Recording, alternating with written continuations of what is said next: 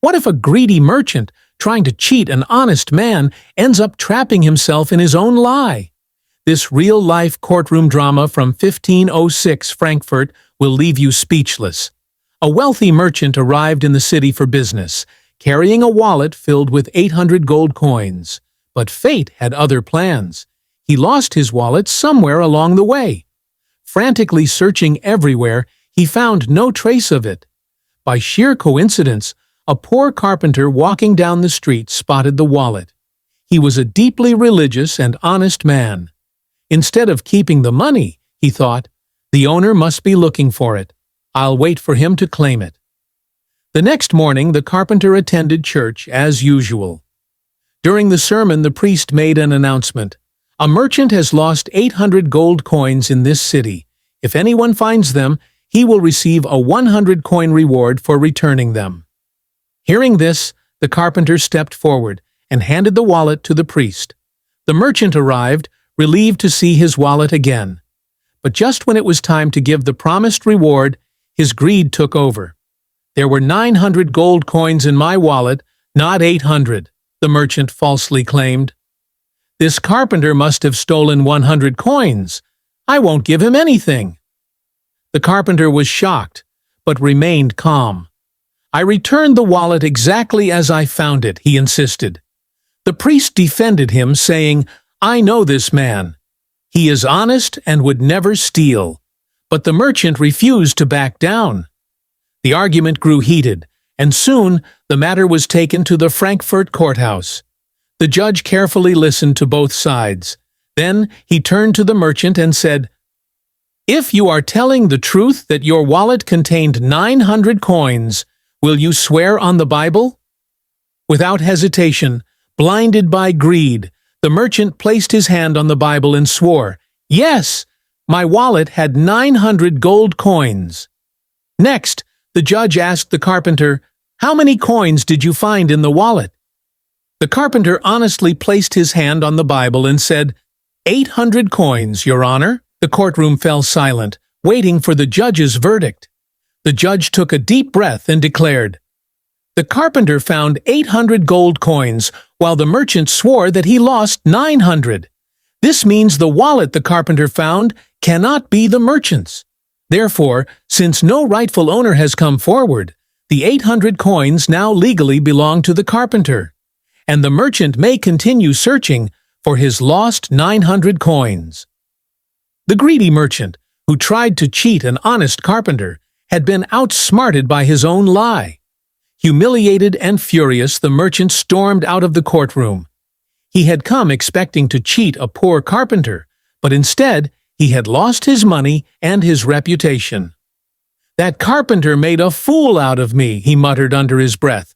But instead of accepting his punishment, the greedy merchant's mind filled with thoughts of revenge. That night, he hatched a devious plan. The next morning, the merchant approached the city guards. With a desperate look on his face, he shouted, That carpenter is a thief! He tricked the judge and stole my money. The guards, bound by duty, had no choice but to investigate. They found the carpenter in his modest home, still amazed at how justice had been served the previous day. You are under arrest for theft, the guards declared. The carpenter was stunned. But I did nothing wrong. The judge already ruled in my favor. Then let the judge decide again, the guard replied. And just like that, the carpenter was dragged back to court. The courtroom was packed. Word had spread about the case, and everyone wanted to see what would happen next. The judge, surprised to see the carpenter back, asked the merchant, On what grounds are you accusing this man? The merchant confidently replied, He used trickery to take my money. He must have bribed someone, or perhaps even fooled you, Your Honor. Gasps echoed through the courtroom. The judge's expression hardened. You are accusing this man of dishonesty after you yourself lied under oath yesterday? The judge asked. The merchant smirked. Perhaps I was mistaken before, but today I am telling the truth. The judge leaned forward and stared at the merchant. Since you now claim that the carpenter tricked you, then you must believe he is a very clever man. Clever enough to deceive this entire court? The merchant nodded. Exactly. Then tell me, if the carpenter is so clever, do you really think he would return a wallet with 800 gold coins if he had already taken 100 from it? The merchant hesitated. The judge continued, A thief does not return stolen goods, and an honest man does not lie under oath. But you did both. The courtroom erupted in murmurs. The judge stood up. Enough! The carpenter is free. And as for you, merchant, you have wasted this court's time. You shall be fined 100 gold coins for false accusations. The merchant's face turned pale. He had not only lost his gold, but was now being fined on top of it. The carpenter, relieved and grateful, bowed before the judge and left the courtroom with his head held high. As for the merchant, he never dared to set foot in Frankfurt again. And so, the legend of the clever judge of Frankfurt was told for generations, reminding everyone that greed leads to downfall, but truth always prevails. Humiliated and furious, the merchant left the courthouse, his face red with anger. He had not only lost his gold, but had also been fined 100 coins for false accusations. But instead of accepting defeat, his mind was already plotting another scheme. If I can't get my gold back legally, I'll take it by force, he thought.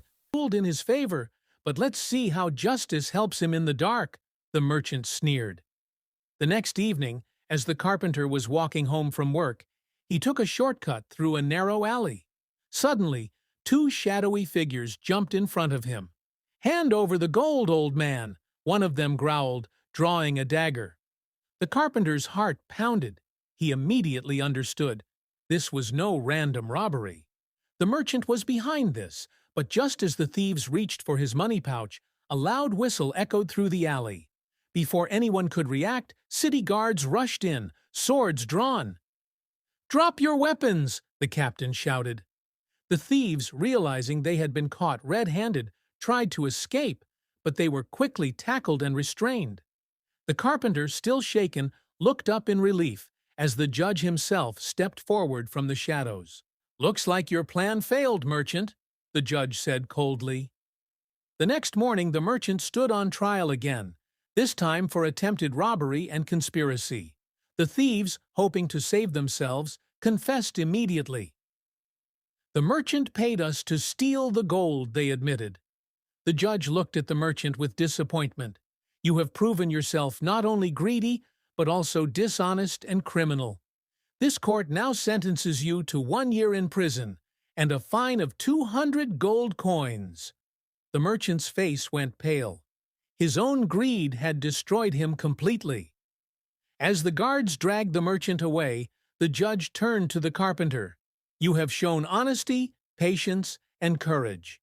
Therefore, as compensation for your troubles, the 200 gold coins from the merchant's fine will be given to you." The courtroom erupted in applause. The carpenter, once a poor man, now walked away not just with his 800 coins, but an extra 200 as a reward for his honesty. And as for the merchant, he spent his days in prison, regretting the moment his greed became his downfall.